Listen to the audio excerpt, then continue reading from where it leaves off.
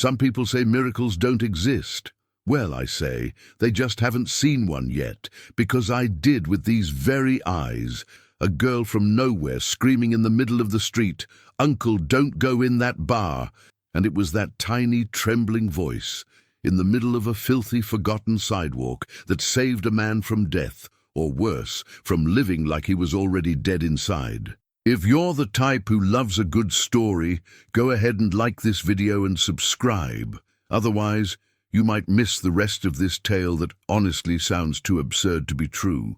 But it is. As real as the bitter taste of morning coffee after a sleepless night. It was a Tuesday, one of those dull, colorless, scentless days, but hiding a storm ready to explode. Across the city, that man, who you're about to meet, was walking fast. Expensive suit, dark sunglasses that hid more than just sunlight, and the air of someone who commanded everything, except his own emotions. His name? Gustavo, 45, CEO of a tech company, millionaire since his early 30s, and unhappy since 36. They say success is knowing what to do with money. He knew. He just didn't know what to do with loneliness. That morning he got a call, one of those that messes with your heartbeat. It was from his brother, half-brother, half-absent too, and completely desperate. "Gustavo, I've got a problem. Come to Villa Maddalena, Hookah's bar. Bring cash." The tone was weird, too urgent, and the brother had been missing for years. But Gustavo wasn't one to leave loose ends, so he went. No bodyguard, no driver, just him and his pride. And then, as he reached the bar, the world froze. A little girl, not even 7, appeared out of nowhere.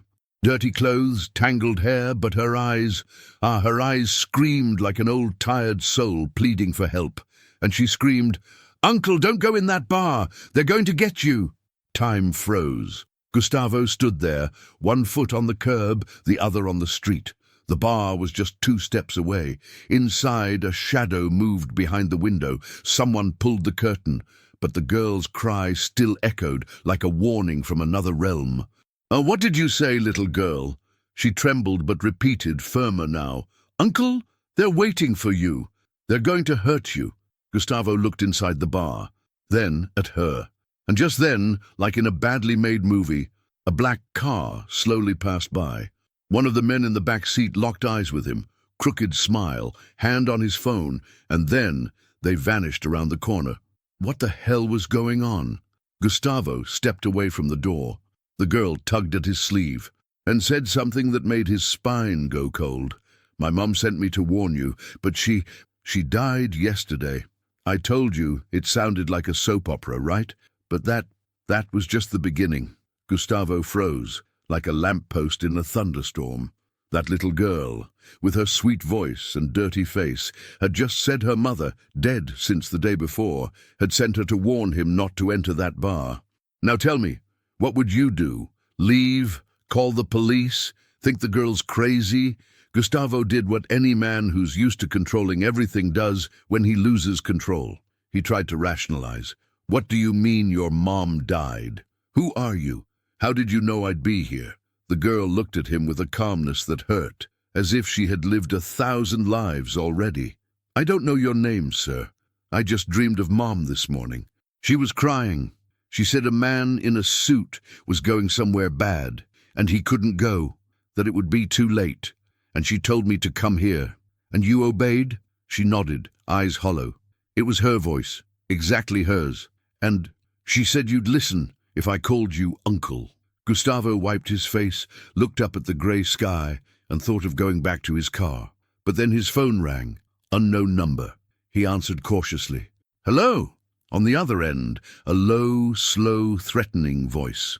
"You were supposed to be inside the bar right now. Leave, and forget I called." Before Gustavo could respond, the call ended. He stood there, the cold phone in his hand. His heart, though, had already jumped to his throat, and as if fate had a cruel sense of humor, a siren wailed in the distance.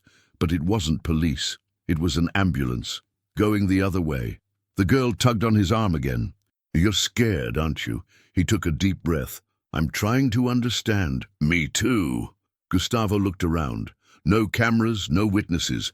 It was as if the entire world had vanished except for them, him and that little prophet-voiced stranger.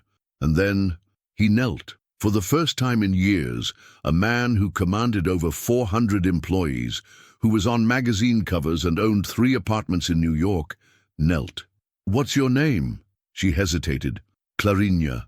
"And where do you live, Clarinha?" "Now." "Nowhere," he frowned. "What do you mean?" "After Mommy. Slept forever," the shelter lady yelled at me.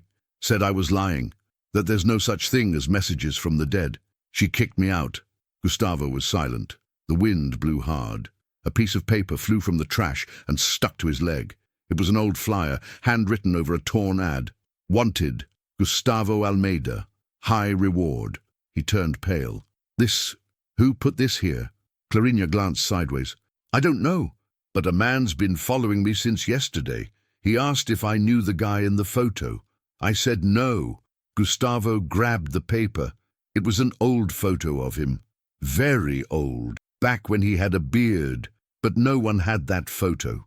It was on an encrypted hard drive, locked in his mother's home safe, and she had died 2 years ago. "Clarinha, do you remember who gave you this?" She shook her head. "But I remember the man smelled like gasoline and looked angry, like he wanted to scream, but smiled." Gustavo looked back at the bar. Now it was dark inside, as if someone had deliberately turned off the lights, and that's when he understood. It was a trap. But why? And why did a girl, whom he had never seen before, appear out of nowhere to save him? More importantly, how did she know his mother's name?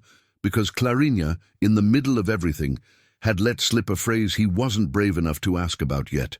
"Mommy said you looked like Grandpa." Which grandpa? And what was the connection between Clarinha and Gustavo's mother? The answer, my friend, was buried in a past he'd done everything to forget. But the past, oh, the past has a cruel way of knocking when you least expect it. Gustavo sat on the curb, like a man who'd lost the ground beneath his feet, his designer suit now dirty, pants wrinkled, and him more disoriented than a dog on moving day. Clarinha stood beside him, holding the hem of her dress like she was trying to hide from the wind and the world. The silence between them lasted long seconds until she spoke again. "You have the same eyes as him." Gustavo slowly looked up. "Who?" She swallowed hard. The man in the picture Mommy kept under her pillow. The world spun. What picture? The one Mommy said was a secret, that no one could know about. A man with a beard, looking at a tree. That hit Gustavo like a slap to the soul. The only person who had that photo was his mother, and no one else. Only she knew about the tree. One of those old jabuticaba trees in the backyard of the house where he grew up, in Minas Gerais. "What was your mum's name, Clarinha?" She stayed silent for a while. Then softly, like afraid someone on the other side might hear, "Clara. I'm named after her. Clara Luisa." Gustavo's heart nearly stopped. "Clara Luisa?" He jumped to his feet, almost fell backward. "Your mom? Did she live in Belo Horizonte?" Clarinha nodded shyly. "In São Lucas, in a green house." Gustavo stumbled. The green house, the sloped street, the stone steps, the backyard with the jabuticaba tree. The girl was describing his teenage home. But how? Clarinha didn't seem to understand his desperation. "Mommy said the house belonged to the missing man, that he left and never came back, but one day he would show up." Gustavo felt a buzzing in his ears. Memories came like an avalanche. The smell of soap, his mother's laughter, Clara Luisa's eyes, the first woman he ever truly loved. They'd had a secret, short romance back in their youth, but he went to São Paulo to study. Never came back. Only got one letter from her months later saying she had to move on, that it was over. And now, nearly 30 years later, her daughter was there, standing in front of him, calling him Uncle. "Clarinha, how old are you?" 7. 7 years old. But Clara Luisa, her mom, should be over 40. The math didn't work. "And your dad? Do you know who he is?" She shook her head. "Mommy said he was important, but couldn't tell anyone, that his life was dangerous." Gustavo's hand tingled. his heart beat in his throat. "Clarinha, have you seen this photo before?" He showed her the image from the flyer, the old picture of him. She looked, and without hesitation, "That's him." "Who?" She pointed at his chest. "You. That's you. Just different now." He knelt, looked deep into her eyes, and right there he knew. Same color, same shape, the same look he saw in the mirror as a kid. It was impossible, absurd, but undeniable. "Clarinha, do you have anything of yours? A little necklace? Something your mom gave you?" She pulled a broken pendant from her pocket, a rusty G. Mommy said it was his initial. Gustavo's world collapsed, because that pendant was his. He'd given it to Clara when they were just 17, a silly keychain with his initial. She wore it as a charm, and now it was there, in a child's pocket. What did this all mean? Clarinha was Clara's daughter, but the father? Gustavo stood slowly, eyes filled with tears. "Clarinha, I need to show you something. Come with me." She hesitated. "Mommy said not to go with strangers." He gave a sad half-smile.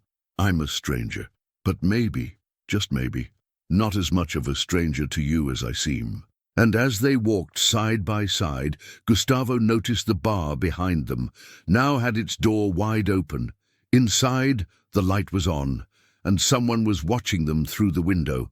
Clarinha didn't see, but Gustavo did, and he knew. There were more people involved in this story, much more. Some things we bury so deep in our soul, we forget they're even there. But it only takes a smell, a voice, or a pair of innocent eyes, and everything comes back as if it never left. Gustavo drove slowly, Clarinha in the passenger seat.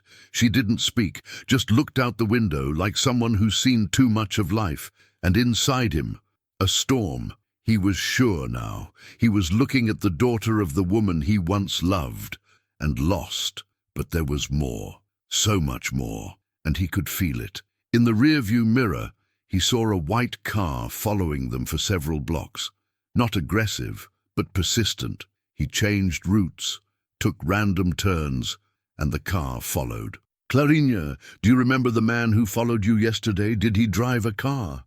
"A white one, with a red sticker on the window. He used to wait outside the shelter." Gustavo gripped the steering wheel. "Same car."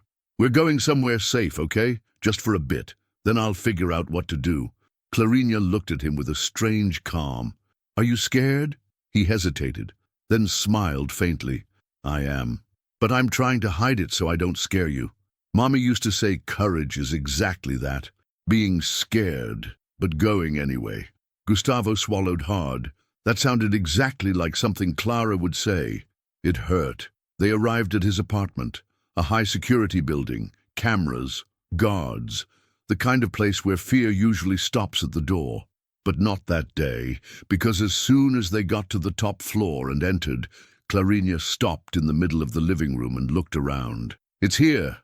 "What is?" "The place Mommy said I'd return to one day." Gustavo froze.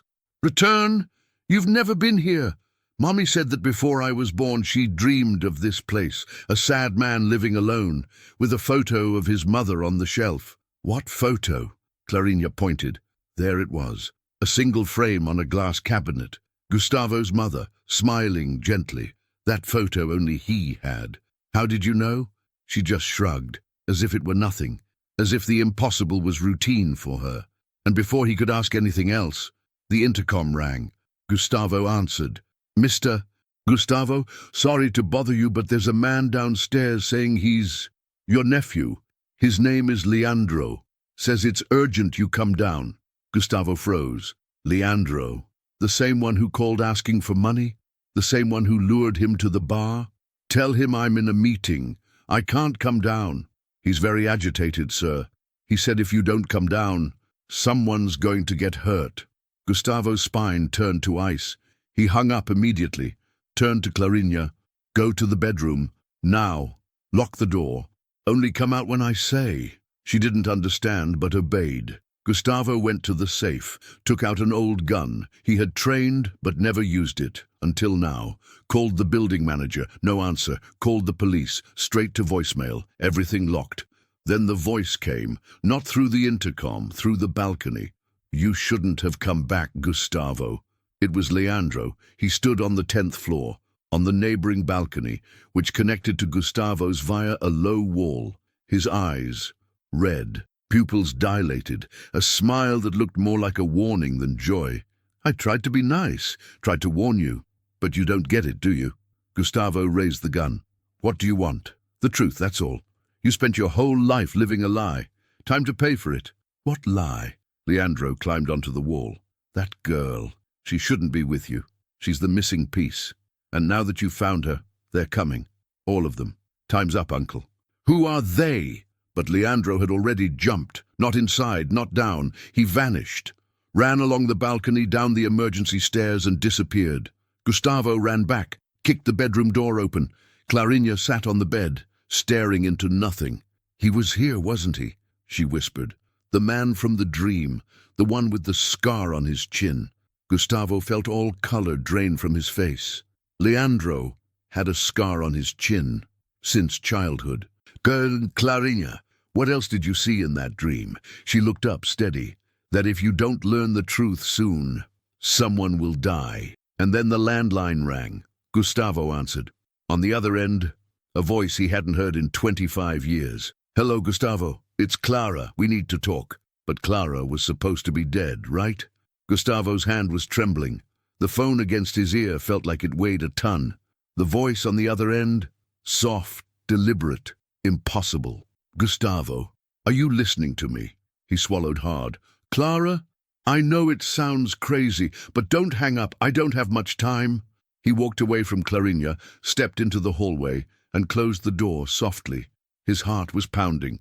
You died, Clara. I got the death certificate, the funeral.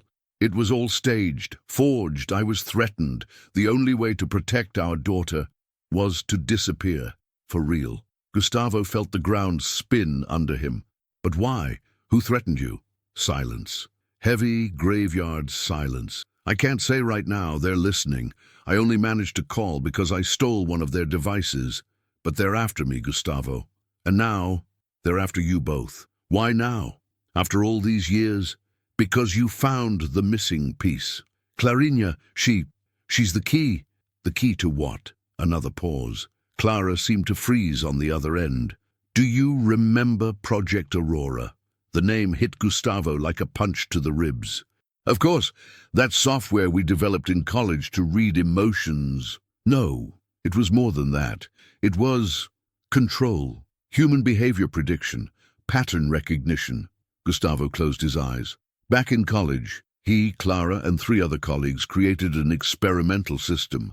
It seemed harmless at the time, a program that could analyze speech patterns and micro-expressions to predict intent and emotion.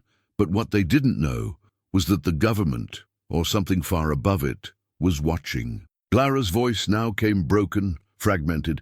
"After you left for São Paulo, they came to me, offered money, then threats.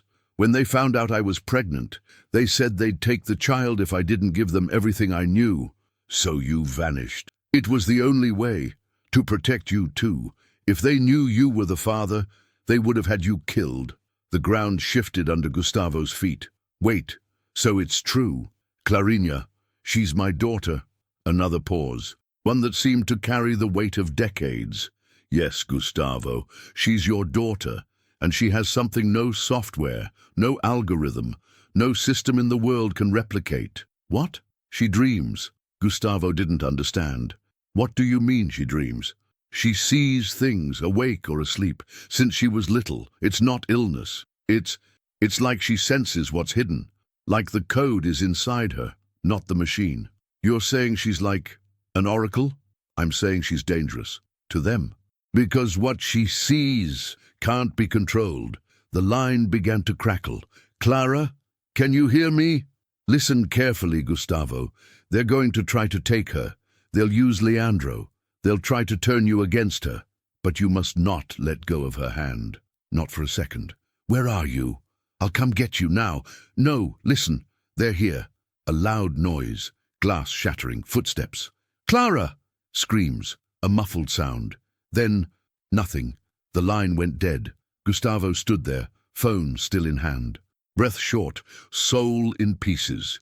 He ran to the bedroom. Clarinha was still there, hugging a worn-out teddy bear he didn't remember having. "Uncle, she was with you, wasn't she?" He didn't answer. "She told me to tell you, you need to remember the necklace." "What necklace?" "The one she gave you, the night you left." Gustavo instinctively reached for his chest. Beneath his shirt, still hanging from a silver chain, was a small sun-shaped pendant. Clara had given it to him the last time they saw each other. He had never taken it off. "The necklace holds the key." That's what she said. His eyes widened, because suddenly he remembered something. A code, engraved inside the pendant. Something only visible when light hit it at the right angle. He ran to the living room, grabbed a flashlight, and shone it on the pendant's edge. And there, etched in minuscule, precise letters, was a code.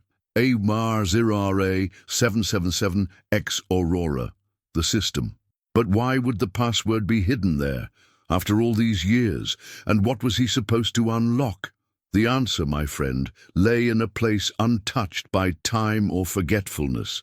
In the past, he buried with his own hands, and now it was coming back, in full force. It was midnight. The apartment was dark, lit only by the blue glow of the laptop screen on Gustavo's face. Clarinha slept in the room next door, or pretended to. Kids can tell when the world is collapsing, and they sleep with half-closed eyes, soul alert. Gustavo typed slowly. Each letter of the code felt heavier than the last. A1R777X. He pressed Enter. The screen blinked, then turned black. For a second, he thought he had screwed up. But then, an old window appeared, a 90s-style interface, green text on a black screen, and a single sentence. "Are you sure you want to see the truth?" He froze. "Because truth, my friend, is a double-edged sword. It cuts whoever hears it and it bleeds whoever tells it." He clicked yes. The system unlocked a file, a video, old footage. Clara as a young woman, him too, with a patchy beard, laughing with their college friends. But what came next was no joke. Aurora experiment, final stage. The footage showed a small, dark room, 3 men in suits, and a table with devices, wires, sensors stuck to the arm of a child. A little girl, Clarinha, but she was a baby, barely 2. Clara appeared in the background, crying, trying to pull her daughter from a large man's arms, but one of them said, "If she really is what we think, she's the key to collective behavior prediction, the new silent weapon." Another added, "The DNA matches. She's the daughter of the project's data engineer. We need to keep her under observation." Gustavo pushed the chair back. That was a kidnapping, a human experiment on his daughter. He stood up, felt nausea rise, walked to the window, breathed deeply, tried to hold back the scream burning in his chest. He'd been lied to, manipulated. His daughter, because now there was no doubt, had been treated like a lab rat by powerful people wearing lab coats by day and masks at night. The footage continued. "We'll stage an accident. The mother will disappear. The child will be sent to the system. In the long run, she won't even remember who she is." But Clarinha remembered. She dreamed, and that's why she was still alive. Because the system had failed, because her heart was stronger than any mind wipe. Gustavo ran back to the computer. There were more files. One in particular. Final warning, Clara L. It was a video, clearly recorded in a rush. Clara, older, tired eyes, a dark room behind her. "If you're watching this, Gustavo, it means they found me, and Clarinha's with you." She tried to hold back tears. "I tried to hide, tried to be strong, but you can't fight monsters without becoming one a little." She looked straight at the camera. "They'll offer you answers, try to buy you, threaten you, use your own memory against you, but you have to protect her, because Clarinha is all that's left of what we had that was pure." She was breathing fast. Noises in the background. "The final password is with the man with the scar. He was planted. He knows you, and he'll try to confuse Clarinha. His name is—" The image froze. then went black. Gustavo punched the desk, because he knew who it was. Leandro, the nephew. He wasn't just a troubled relative. He was planted, an agent, placed near Gustavo to monitor, track, maybe finish the job. And now, with Clarinha by his side, Gustavo saw the full picture. The call for help at the bar, the trap, the fake phone call, Clara's disappearance. They wanted Clarinha back because she was the flaw in the system, and those who represent flaws, my friend, become targets. He ran to the bedroom. The door was slightly ajar. Clarinha slept, curled on her side, hugging the teddy bear. But on the wall, scribbled in crayon, there was a drawing, a man, tall, with a scar on his face, and next to it, written in shaky letters, "He's going to try to take you." Gustavo sat on the edge of the bed and for the first time in many years cried. It wasn't desperation. It was guilt, because he realized this war started because of him, and now it would end because of him too, however it had to. Dawn came slowly, one of those days where the sun rises shyly, as if it too were afraid of what's to come. Gustavo hadn't slept. He'd spent the night sitting on the floor, back against Clarinha's bedroom door, gun on his lap, eyes locked on every shadow passing beneath the slit of the window. His mind was chaos, but his heart, it already knew. Father, that was it. Not a title, not a label, a calling, an instinct, a truth with no diploma. Clarinha woke up with puffy eyes. She stretched like nothing had happened, like yesterday hadn't blown the world to pieces. "Morning, Uncle." Gustavo opened the door carefully, gave a tired smile. "Sleep well?"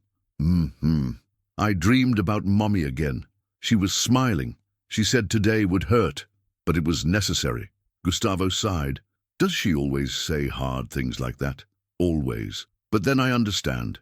Clarinha went to the kitchen and sat on the tall stool.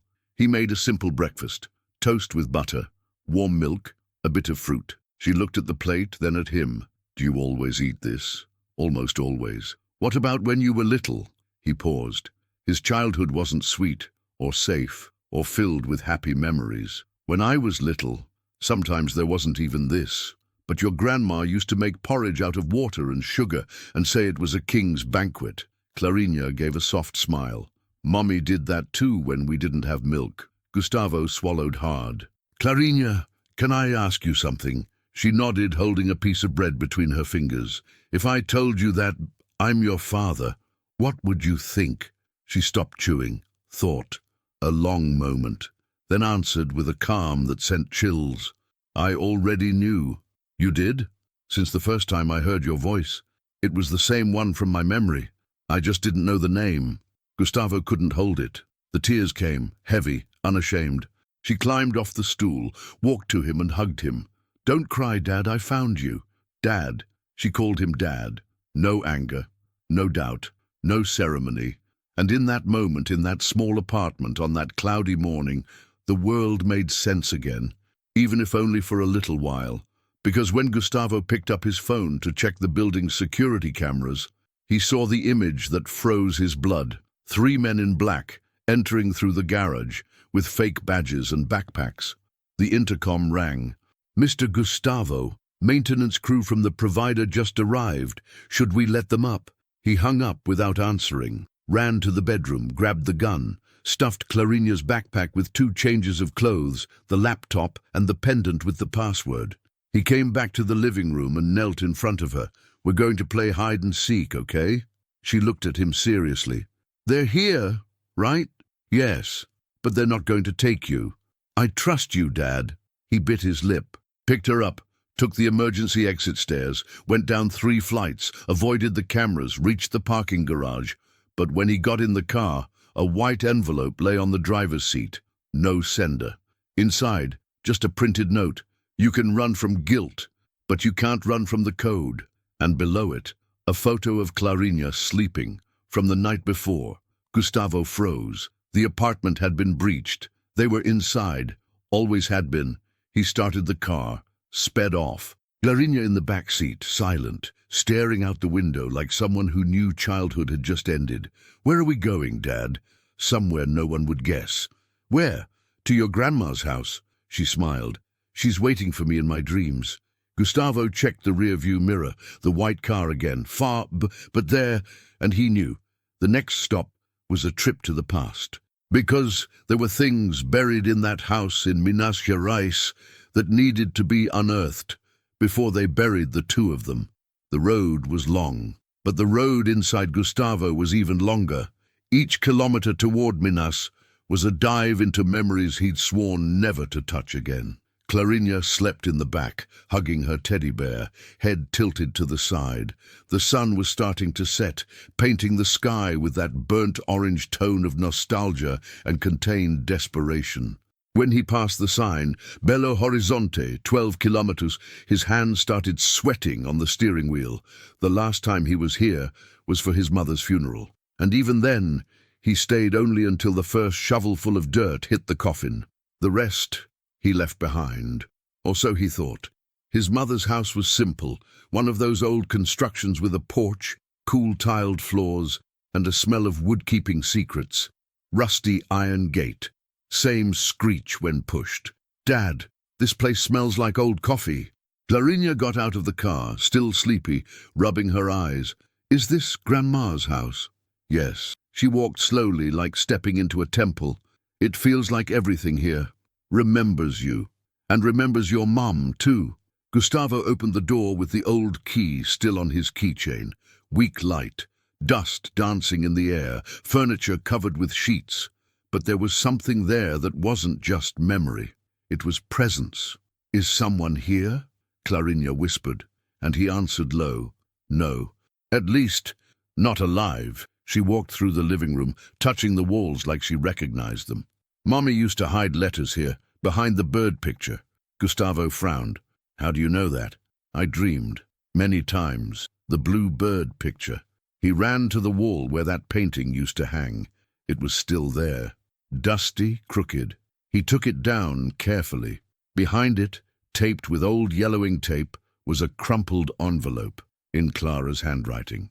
"If you ever come back, Gustavo, read this before it's too late." His hands were shaking. The paper was fragile, like it could fall apart with any sudden movement. He opened it slowly. The letter was short. "They forced me to be silent. Said they'd take you or my daughter, but I hid a copy of the main code. It's where it all began, where we kissed for the first time. The jabuticaba tree. If you've come this far, it means they know who she is. Protect her with your life, Gustavo. Because I gave up mine for her. Clara." He ran outside. Clarinha followed. "Dad, come with me." They went to the backyard. At the very back of the house, the old jabuticaba tree still stood, twisted, thick, covered in moss, but alive. Gustavo knelt, started digging with bare hands. "Want help?" asked Clarinha. "Just watch, sweetheart. This I need to do." The soil was soft, as if someone had turned it recently. And there, about a foot down, he found it.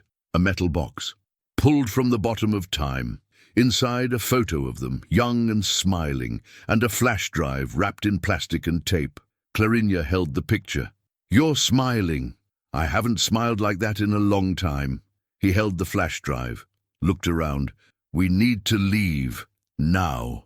But when he turned, the white car was parked at the gate, door open, and Leandro standing outside, smiling.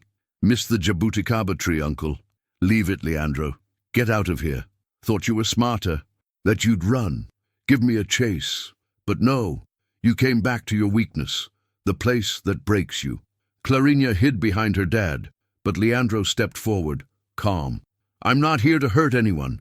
Just came to get what belongs to the system." "She's not the system's. Then you still don't get it, do you?" Leandro pulled out a gun, pointed it at the ground. "That girl is a living algorithm, a genetic accident, a sensitivity aberration. She shouldn't exist." Gustavo raised his pistol. "You'll have to go through me." Leandro laughed. "That's exactly what I expected. A foolish father, a broken daughter, and a story full of guilt. It all ends here." The wind howled, and Clarinha whispered behind him, "Dad, trust me." "What?" "Close your eyes. Hold my hand." He did, and when he closed his eyes, Everything went black. Then, a sound, a gunshot. He opened his eyes. Leandro was on the ground, gun far from his hand, and behind him, a woman with long hair holding a revolver. Clara. Alive, hurt, but alive. Gustavo dropped to his knees. She walked forward slowly, eyes full of things words could never express. I told you I'd come back, if you remembered the necklace. And there, in the backyard of an old forgotten house, among the roots of a jabuticaba tree, blood and forgiveness, the truth bloomed again. But not everything was resolved, because the flash drive hadn't been opened yet, and what it held had the power to change everything. The sky threatened to collapse. Heavy clouds, dark as the past, they all carried on their backs. Clarinha stood between them, her father kneeling, her mother still holding the gun, and in the background, Leandro unconscious on the ground, the infiltrator who tried to silence the truth with bullets. Gustavo held the flash drive in his dirt-stained hands, looked at Clara. "This is worth more than gold, isn't it?" She nodded, eyes full of tears. "This is the secret they killed people to protect. They almost killed us too. What's on here, Clara?" She took a deep breath, tucked the gun into her waistband. The original code, the pure Aurora, no filters, no censorship, the version I developed in secret after they forced me to hand over a fake one. Gustavo widened his eyes. "You kept working on the system." "Yes, but alone. And I used our daughter as the source. Not by choice, but because they were already using her anyway. I just tried to protect her, encoding everything she said in her dreams. Every symbol, every pattern, everything she saw while asleep. This is way too dangerous. I know, but it's the only chance to stop them, because on this flash drive are the passwords, the names, the faces, everything, from politicians to people who think they're above right and wrong." Gustavo was silent. The wind rustled the jabuticaba leaves as if the tree itself were listening. "Then let's show it." "No, Gustavo. If we show it now, we'll be dead before the upload finishes." "So what do we do?" She looked around. "We need to leave. Now. There's a safe place. An old university bunker where we used to run tests. It's off the grid, no public network. There. I can open the file safely."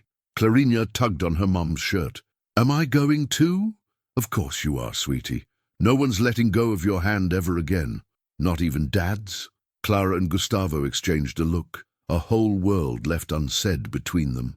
"Not even Dad's," Gustavo answered, voice cracking. "They put Leandro in the trunk, still unconscious. They couldn't just leave him behind. He was too dangerous, too deeply woven into the story." Meanwhile, Clarinha was drawing on the fogged-up car window with her finger. Gustavo watched in the rearview mirror. Mom plus Dad plus Clarinha. Home. It was just a drawing, but it carried the weight of a home that never was, and that maybe, just maybe, was now being born. 2 hours down the road to the bunker. No radio. Phones wrapped in foil. No sound. Only the noise of thoughts spinning in each of their heads. The bunker sat under an abandoned tech school, a hidden door behind an old greenhouse. Clara typed a long code into a rusted keypad. "You still remember the password?" "How could I forget? It was the date we met. 0211 Claraju, November 2nd. Science fair. Your name and mine mashed together, remember?" Gustavo gave a bittersweet laugh. "How could I not?" They entered. Dampness, mold smell, cracked walls, and at the back a room with old but still functioning computers. Clara powered on the main one, inserted the flash drive. Gustavo and Clarinha stood behind her, watching. "You ready?" he asked. "You're never really ready for this, but let's do it." The screen flickered, lines of code ran, then videos, secret records, taped conversations, meetings with powerful people, politicians laughing at dinners, businessmen sealing shady deals, judges trading silence for favors. But the most shocking folder was labeled Emotional Dirt, Childhood X. Clara clicked. Videos of children, intubated, observed, tested, in locked rooms, and in the bottom corner of the screen, authorized by GLS. Project Aurora. Gustavo's stomach turned. GLS, Clara whispered. Silent Line Government, a secret group, above the law. They operate outside the Constitution. They use children's emotions to predict social collapse and correct it in their own way. Gustavo staggered back. Ah, my God, Clara went on. Clarinha was marked since she was a baby, but she survived. And now, her soul is the one piece they can't control. That's why they want her back. Yes, because what they can't control, they fear. The girl looked at the screen and asked, almost in a whisper, "Is there a video of me there?" Clara hesitated, then nodded. She clicked on a folder named CLA377. The video played. Clarinha, about 2 years old, sitting in a white room, playing with a teddy bear, and saying things no child that age should know. The man in the hallway will fall down the stairs tomorrow. The lady in the blue dress is sad because she lost her son. The man with the thick beard will lie in court. Gustavo covered his mouth. This wasn't just sensitivity. It was a gift. Clarinha looked at her parents. I don't want to be different. I just wanted to be normal. Gustavo knelt in front of her, took her tiny hands in his. You're more than normal. You're what this world needs. And I'm here, to the very end. She gave a small smile, but the system started blinking. File being copied. What? Clara jumped. Gustavo, this is being duplicated. How? She typed frantically. Someone's breached the network. This was supposed to be offline, but someone's here in the room. They turned around and saw Leandro, standing, bleeding from the head, holding their laptop, with a smile on his face. Thanks for opening the door for me, family. Now this goes straight to the owners of the world. Gustavo's gun was gone, and now time was running out. The silence after Leandro's smile wasn't peace. It was the calm before war. Blood trickled down his forehead, blending with a twisted grin that made him look almost biblical. A modern Judas, holding a flash drive full of trauma. Put the laptop down, Leandro, Gustavo said firm.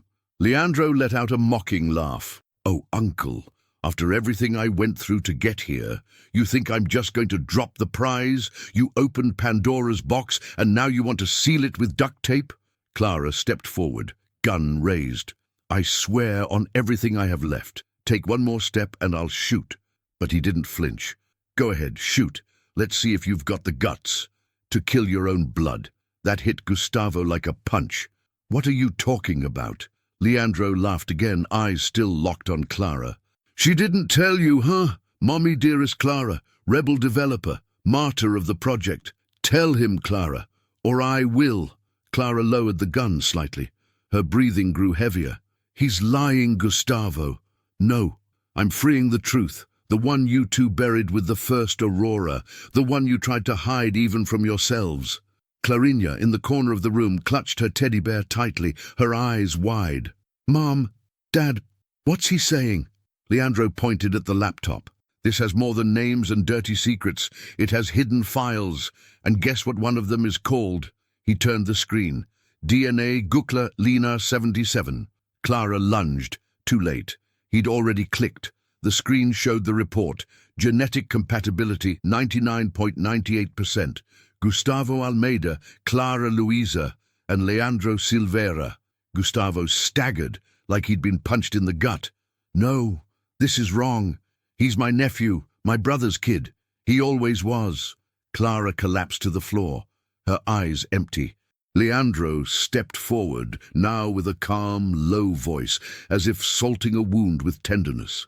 I'm your son, Gustavo, son of your youth, of your carelessness, of your abandonment. Clara tried to hide me, pretended I was just another orphan, that I was nothing. But look at me now, look what I'm part of. Gustavo stood frozen. The timeline didn't make sense. The years didn't add up. This is impossible.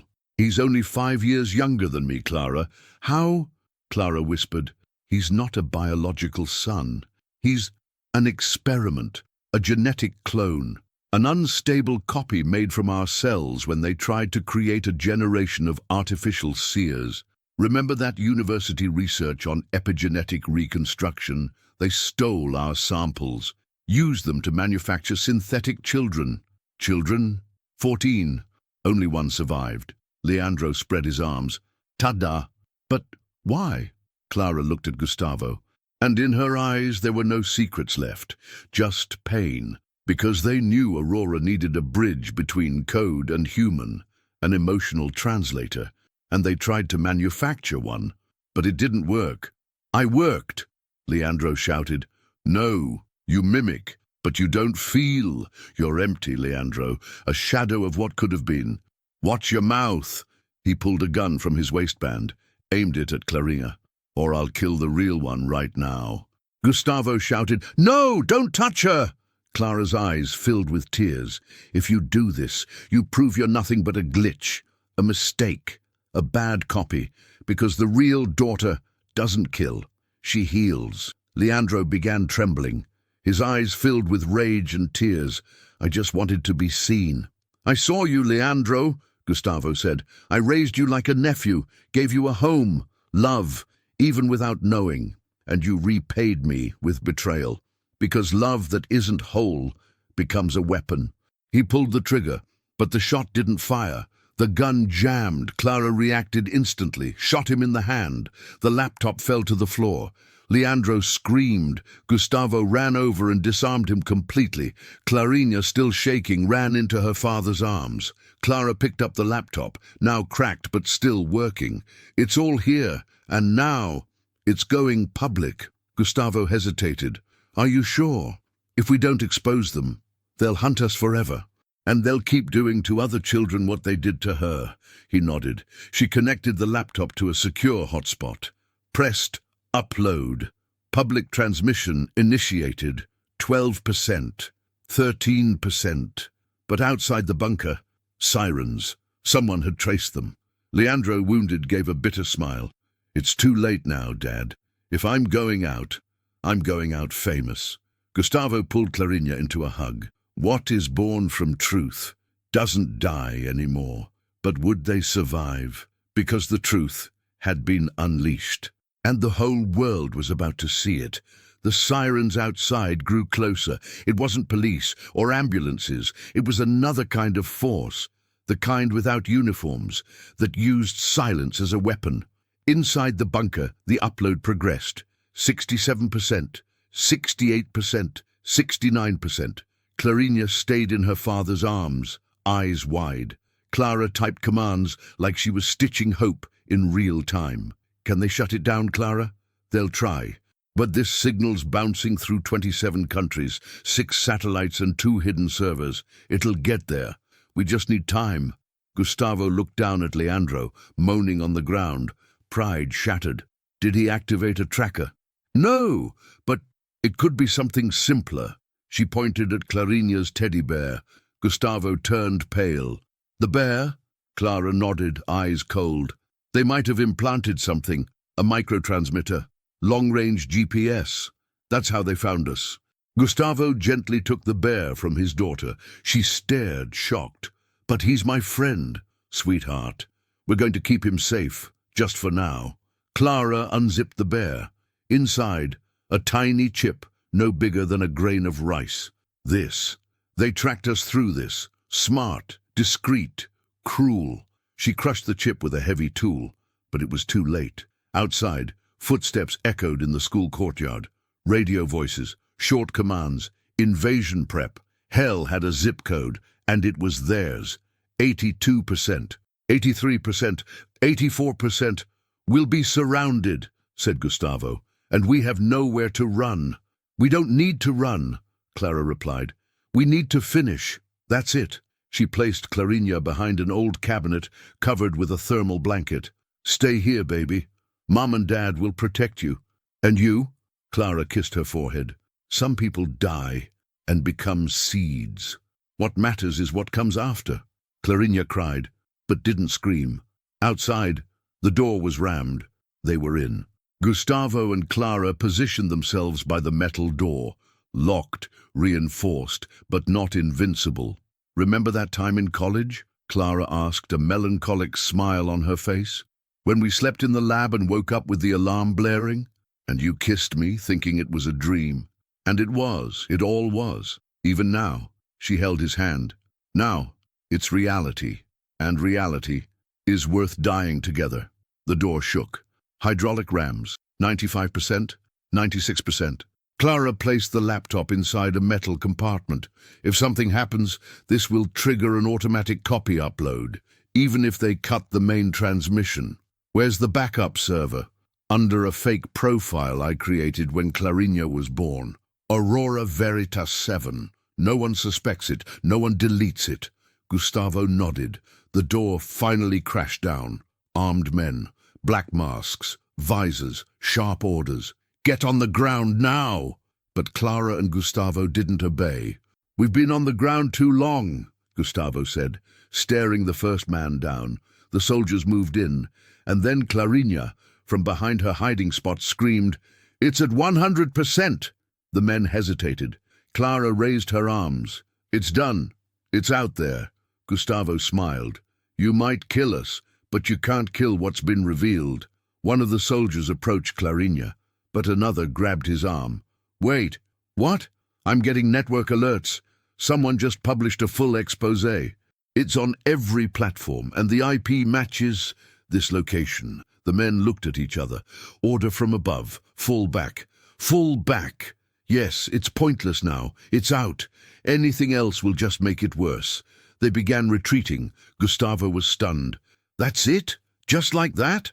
One of the masked men looked at him through his visor. "You don't get it, Millionaire. You won a battle, but the war's long. They'll wait for you to drop your guard, and then they'll come back. Let them.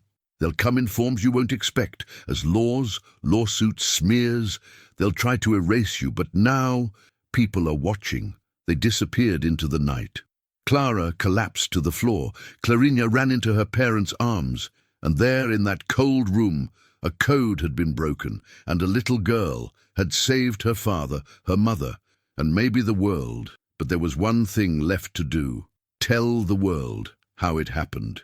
2 weeks passed. 2 weeks in which the world stopped. Social media turned into a minefield. Politicians scrambled to explain. CEOs deleted their profiles. Judges claimed to not recognize the content of the videos, but none of them denied it clearly. Mainstream media tried to bury it, but it was like trying to put out a wildfire with a teacup. The name Project Aurora exploded on forums, podcasts, independent journalism sites, mothers' collectives, human rights groups, and science channels. And in the middle of it all, a man reappeared. Voice steady, eyes tired, hair graying, a face that had died and come back. "Good evening, my name is Gustavo Almeida. I was one of the original developers of the Aurora system, and for over 20 years I believed the project had died with our youth. I was wrong, and that's why I'm here to tell you everything." It was the first time he spoke publicly on video. "The truth you've seen is not fiction, not a theory, not delusion. It's real, and it cost blood, it cost time. It cost me my entire life." Next to him stood Clara, holding Clarinha's hand. The girl wore a simple white dress. She didn't speak. She didn't have to. Her eyes said more than 1,000 words. "This little girl is my daughter, and it was because of her that we discovered what had been done. She was used, tracked, humiliated, but she never lost her sensitivity. She never lost her soul." The video went viral. Millions of views in hours. But what shocked the world most was the ending. Gustavo pulled out an old pendant, the one Clara had given him as a teenager, and placed it around Clarinha's neck. This belonged to her mother, and now it's hers, because the truth needs a name, and her name is Clarinha. She saw what no one wanted to see, and today she is free. The screen faded out with a phrase, "If the truth hurts, imagine living a lie." But despite all the attention, the danger wasn't over. Gustavo received 3 subpoenas. Clara received 2 anonymous threats. Clarinha was called a liar by paid columnists and investigated for psychological instability. The system doesn't like to lose. They'll try to discredit us, Gustavo, said Clara. Say it was staged. Deep fake. They'll destroy our reputation before admitting guilt. Then we'll show them what they don't have. And what's that? Love. She smiled, but her eyes filled with tears. Clarinha started having nightmares again, but this time they were different. Dad, I dreamed of a crowd. Everyone was listening to me. No one laughed. They just listened and cried. Is that a bad thing? No, it's beautiful, but it's scary.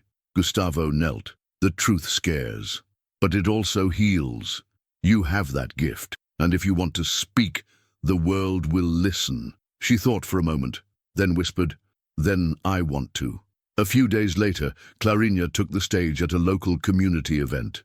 Live-streamed, a packed room. She stood at the mic, holding it with both hands, and said, My name is Clarinha. I was called an experiment, but I'm just a girl. I don't want anyone else to go through what I did. If you see things no one else sees, you're not crazy. You're brave, because feeling other people's pain is feeling with your heart. And some say that's weakness, but it's strength. The silence was thunderous, and that was the start of a movement. Aurora Humana, a project for listening, support, protection, and recognition of highly sensitive children.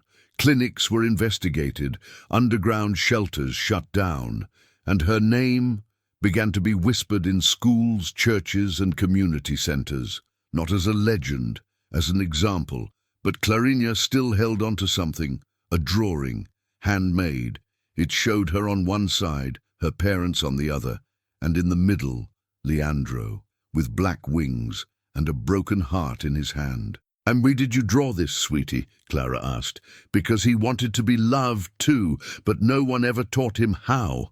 And it hurt, because it was the truth. Leandro was now imprisoned, isolated, monitored, but deep down, his pain was real too, just misused. The world doesn't heal through hate, it heals through truth, and Clarinha was the proof of that. But the story still wasn't over, because after an explosion comes reconstruction. The wound was open, the world had seen it. Now came the hardest part, picking up the pieces with your bare hands. Gustavo and Clara decided to start over, not from scratch, because no one truly starts over after so much trauma, but from the point where they stopped pretending everything was fine. They restored Gustavo's mother's house in Minas. The mold became fresh paint. The old jabuticaba tree got a swing, and the kitchen table, once used for silence and grief, now held hot bread, fresh coffee, and good conversation.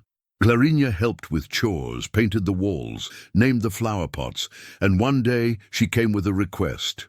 Dad, can I start a school here? A school? Just for kids who feel too much, who hear what no one hears, who cry alone, who dream and wake up scared. We could teach them that feeling isn't a disease, it's a gift. Gustavo teared up, because in that request was the whole future. Clara supported it, and that's how the Aurora Humana Institute began. No marble plaques, no political names, no bureaucracy, just love and safe space. They started with 5 kids, then 13. In 2 months, they had a waiting list. Every child who arrived left a little of their pain at the entrance and picked up a bit of healing at recess. Kids who saw too much, felt too much, had been called weird in traditional schools. Here, they were called by name. A 6-year-old boy who screamed at night learned to paint his fears. A girl who locked herself in the bathroom and drew eyes on the walls discovered she was an artist. And Clarinha became a guide without a map. She didn't lead, but everyone followed her. How do you know so much, Clarinha? They asked. I don't know. I feel, and I've felt since I was little, when everyone said I was crazy. But now, no one said that anymore. One day, Clarinha found a letter on the gate. No return address, handwritten, folded with care. Will you forgive me? I wasn't raised to feel, only to obey. But even as a failure, I wanted to be like you, Leandro. She showed her parents. Gustavo read in silence. Clara wept softly. He's sorry, she said. Maybe so, Gustavo replied. But regret doesn't erase what was done. No, but it's the start of not doing it again. They talked, debated, and decided to allow monitored visits to Leandro, now in a high-security psychiatric facility, but lucid. The first visit was tense. He entered in handcuffs, thin, head low.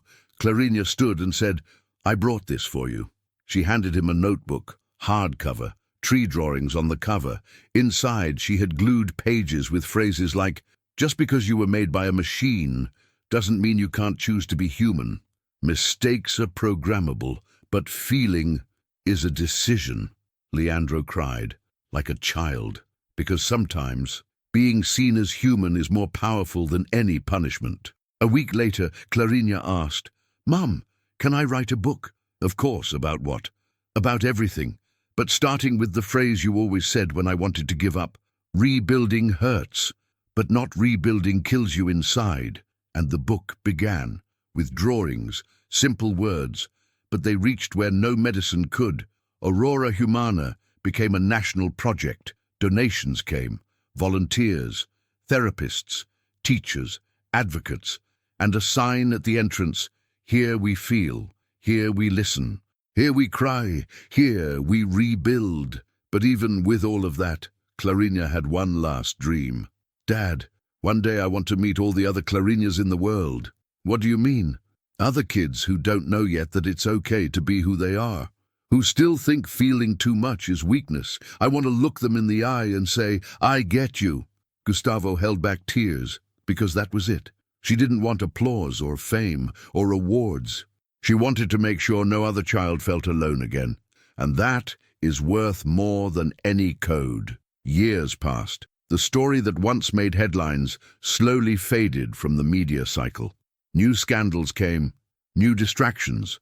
The world spun forward, as it always does. But in a quiet corner of Minas Gerais, under the shade of a now towering jabuticaba tree, something else was growing. Legacy. The Aurora Humana Institute had expanded. What began with 5 children was now a network, 10 schools. Hundreds of families reached, thousands of lives touched. But at the original house, the heart of it all, nothing had changed. Clarinha still walked barefoot in the backyard. Gustavo still baked pão de queijo on Sundays. Clara still planted lavender and sage by the kitchen windowsill. And every year, on the same day, they held a small gathering. No banners, no stages, just people sitting in a circle under the tree. They called it the Day of the Voice, where everyone, children and adults, could speak without fear of being interrupted, judged or corrected. One year, a boy stood up and said, "I don't like the sound of thunder. It makes me want to hide in the closet." And everyone applauded, not because it was heroic, but because it was true. Another year, a girl said, "I dreamed that the world had no fences and no one was afraid to speak." And that became a mural, painted by Clarinha herself on the front wall of the main building.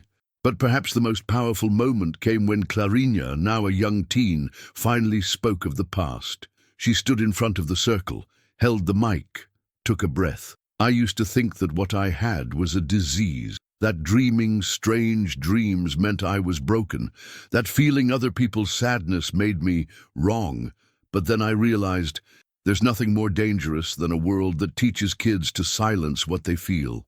And nothing more beautiful than learning to feel it all and still choose kindness." Silence, then tears, then a standing ovation that didn't need noise to be loud. That night, Clara and Gustavo sat on the porch. He was older now, hair white at the temples, but his hands still strong. She leaned on his shoulder. "You think it was worth it?" she asked. He looked at her, at their daughter, laughing with other kids under the moonlight, at the swing on the tree, at the light coming from the house, and said, "It wasn't just worth it, Clara. It was the only thing that ever made sense." She smiled, and in the distance, thunder rolled gently across the mountains. Clarinha looked up, eyes wide, then whispered, "It's okay. I'm not afraid anymore."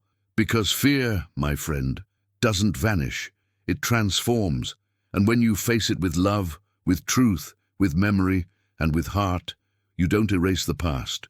You rewrite it, One child at a time. One truth at a time, one Aurora at a time. The end.